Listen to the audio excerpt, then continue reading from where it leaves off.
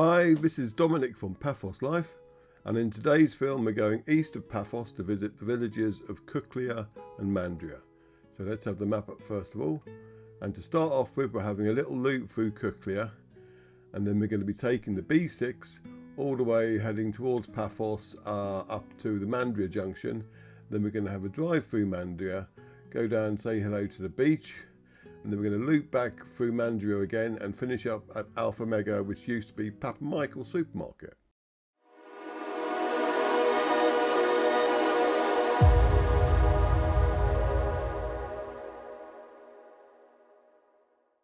Yeah, we're starting off going away from Paphos because I want to do a loop through Kouklia. So this is the junction to it now. We're just coming off the B6. Now Kouklia is a very, very historical place. I mean, we're turning right here because I want to show you the side of Kouklia before coming back down the left-hand turning there. Yeah, basically before Paphos was at its present location, it was here. And there are still in the surrounding countryside an awful lot of ruins yet to be uncovered. But there is an archaeological site here, dedicated from what I can remember from my visit to a cult of Aphrodite, which was a big thing in the area back in the day. That's the limit of my historical knowledge, I'm afraid.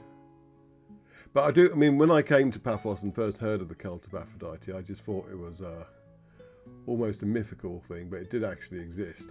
I'm not saying Aphrodite herself existed, but this whole cult that arose from the legend of Aphrodite existed here. It was a proper thing, so to speak.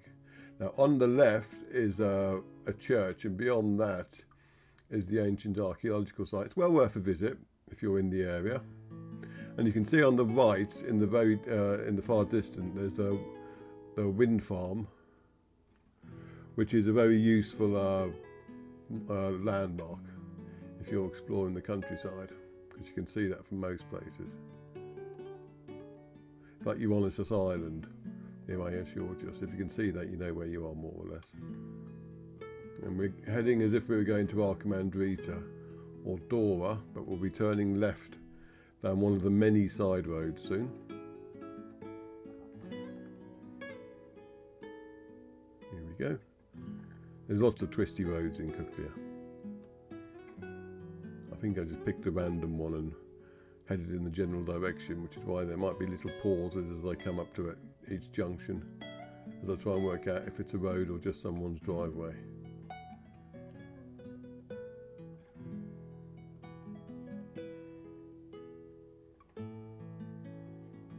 Because it's worth pointing out actually that when I do these driving films, I don't tend to work out the exact route before I take them. I just go where the mood suits me. Because I mentioned this because someone was saying that I'd missed various places in Sada the last couple of times I'd filmed it. So I used to go to the central church, and there's a very popular little cafe there. Now Kouklia itself is not somewhere I would go to eat for an evening meal purely because of the distance it is from Paphos. I mean, there are so many places between Paphos and Kouklia, just because it's like on the way to Pisuri, that I'm not going to drive up for an hour or so just to have a meal, especially when I can drive for like 5-10 minutes to have a nice one. But I'm saying that because it means I can't give you, if you like, the gen on what Kouklia was like. But from all the reports I have of people who live here, it's very nice, and there's an awful lot of choice at the various restaurants, and they put on good spreads, and they do have, I think it's Thursdays, they have traditional dancing and stuff like that. It's well worth a visit if you're visiting or living in Paphos, and you want somewhere different. So give that a go if you're in the area. If you want to find out more information, your best bet is to go onto one of the many Facebook forums that there are and ask there. The ones I would recommend are obviously Paphos Chat and Cyprus Chat, because we run them. So have a look on there, and we'll be plugging them later anyway. Right, we're coming back onto the B6 now. If you turn left here and take a right down a dirt track, you will get to an ancient sugar mill, which has been restored to a certain degree, in that they put in walkways so you can wander around it and have a look safely. They did that a few years ago, and they don't advertise it's there or anything, so you'll have the site to yourself. If you want to go for a little wander, it's a nice place though. And you can also get to it from turning on the left just up here, and if you turn right just up here, you'll find eventually, after you've gone through various farmland, there's a memorial to a helicopter crash that happened a few years ago. It's a very nice memorial, well worth a visit. If you do like our films, please do subscribe to our YouTube channel and share them far and wide, because I think there's a cat in the background joining in. And if you want to help us out financially, go to buymeacoffee.com/Paphos Life and chuck us a few coffees, and I'll buy some cat food with it. And if you want to get something back in return, go to our Etsy shop at etsy.com/shop/Paphos Life. And there you can buy all sorts of memorabilia from Paphos, like phone covers, pictures, mugs, all sorts. Just have a look and see what takes your fancy. Follow us on Facebook. Our Paphos Live Facebook page has over 76,000 followers now, so come and join the fun. You'll get alerts there for all the films that we do as well, and all the blog articles, because we don't just do films. They go onto our main site, Paphos Live. And as I mentioned previously, there's also our Paphos Chat Facebook group, where you can come and say hello. We're just going over the Zeros Valley, Zeros River, and so the Asprachemos Reservoir is just to our right now, if you're wondering where we were on the film. And other than that, yes, Paphos Chat did Cyprus Chat. Come and say hello, basically. That's all the marketing out of the way. Now we're still coming up to Mandria. So yeah, one thing I do like about the reservoirs here is if you look right at that, just about now, you won't really notice the dam, because it's quite well disguised to blend in with the surrounding countryside. They're very good at doing that. But the B6 is a very straight road here, so is the actual motorway along this point. It could almost be used, he said, as a runway. Anyway, this road will eventually take you all the way in to Paphos via the airport. This will be the scenic route. But we are going to be turning soon to go to Mandria. Now, Mandria is a very popular village with British expats. And this underpass has recently had new murals painted, making it very nice. I love that kind of thing.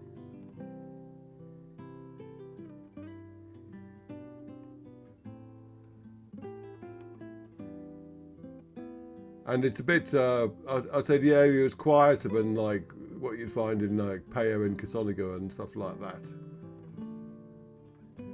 It has a very active town square though. We're just going to drive through it. And a natural beach. We'll see that soon. Right, so this is the main square area. Chinese food, sushi. You can also get traditional Cypriot food here. There's a nice tavern, seems very popular. And a fish and chip shop over there.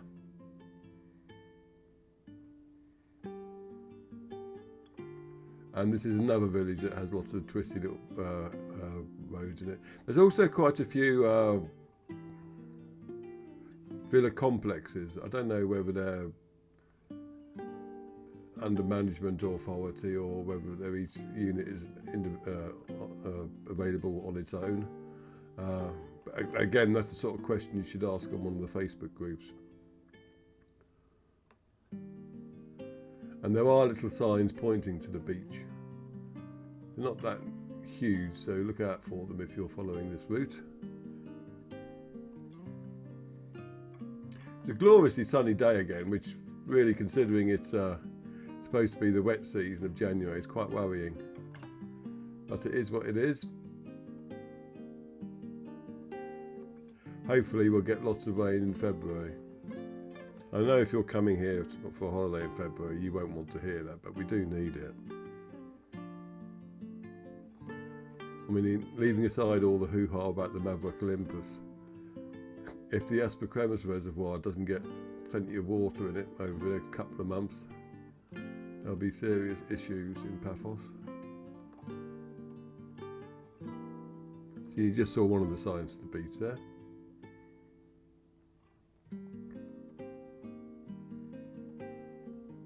Now the road along the seafront is a bit bumpy, so don't go too quickly.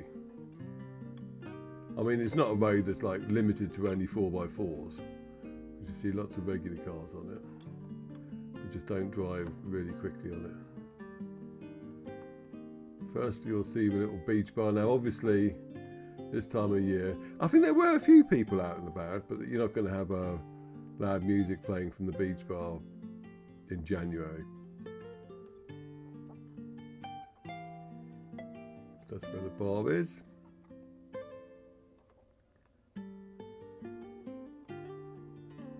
And this is the beach.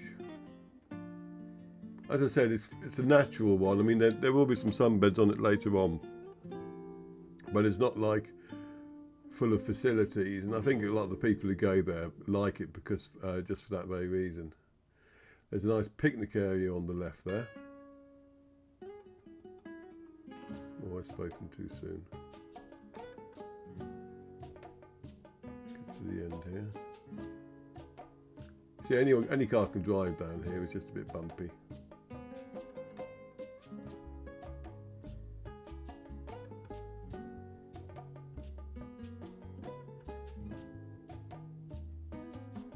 Yes, I think the picnic area is just up here. Yeah, that's the picnic area. So you can park up there and have a nice picnic.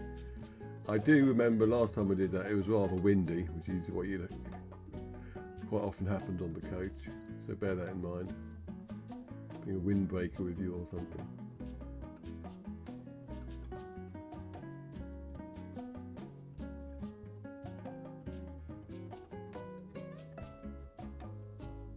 There we're going to go in now soon. There was a optimistic fisherman. There's a nice bit of coast just up there as well, and on the map it's labelled as there being a beach there, but I didn't turn that way. I turned left because I wanted to go back to Mandria.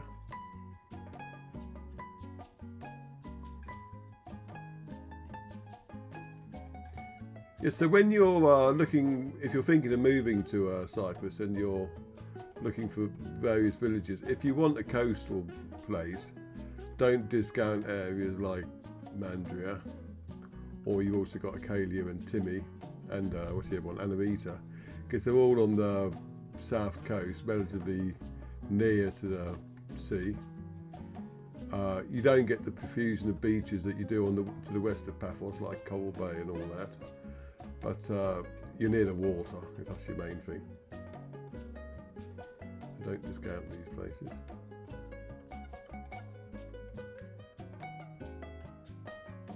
Also, you have the benefit if you're here is that you're closer to places like Pizzuri and Limassol, because wherever you pick to move to in Cyprus, you've always got to take into account what boundaries you're setting yourself. I mean, we moved to Pelemi, for instance, because we wanted to be able to easily access the north coast and the south coast, and Paphos Forest and the Akamas, and Pelemi slap bang in the middle of it all. So it means that I can't jump out of bed and run out the front door and dip my toes into the ocean. But should I choose to drive to the ocean, I can have equal access to either the north or south coast. Whereas if I was living in, say, Mandria, for instance, and I wanted to go and visit Paphos, then I'd be talking about a day-long trip there and back and having fun when I get there, obviously. I don't mean it takes all day to get to Paphos, because it doesn't. It doesn't take all day to get anywhere in Cyprus. So bear that in mind, because it is important. And as I've said before in these films, if you are thinking of moving to Cyprus, visit there first and visit various locations, not just in the tourist season, because it's very easy to come over and be in holiday mode and then 6 months down the line, when your savings are running out, you'll suddenly find that it's not necessarily as nice as you think it is, because nowhere is if you haven't got a decent income coming in either. But if you found the place that you want to live first of all, then you'll find yourself on much firmer footing. What we did, as I said before, is we rented first in the centre, and then we just were able to look around at leisure and find our dream home, which we eventually did. Right, so we're coming back into the centre of Mandria now, and I could have just driven back down to the B6, but I wanted to show you there's a big supermarket near Mandria. It used to be called, I think it was Papa Michael, but we used to call it Pitta Palace because they used to do very nice fresh pittas which you could buy individually and just out of the oven. They'd be too hot to carry. That's how fresh they were, and they were utterly delicious. But then they got the place got refurbished a couple of years ago, and that facility with the pittas seemed to vanish. I think they got rid of the bakers or something, or became more back office. This is the Mandria Square again, which was a shame. But now it's been become an Alpha Mega. An Alpha Mega is a nice supermarket. When we're comparing supermarkets here to the UK, I always compare Alpha Mega to a Waitrose in terms of, I wouldn't necessarily say quality, but in terms of the sort of things you can buy there. But it is nice quality. But all the supermarkets are pretty good in Paphos. We find when we go shopping in Paphos that rather than visit one supermarket and do all your shopping, we visit, say, 2 or 3, and we get, say, like meat at one place, vegetables, you might get a greengrocers or something, and you might get soft drinks at another supermarket. They all seem to have areas where they excel in bargains, so to speak. I'm trying to think what I would get. I mean, Alpha Mega, they do the nice roasted chickens for a start. They're delicious, they are.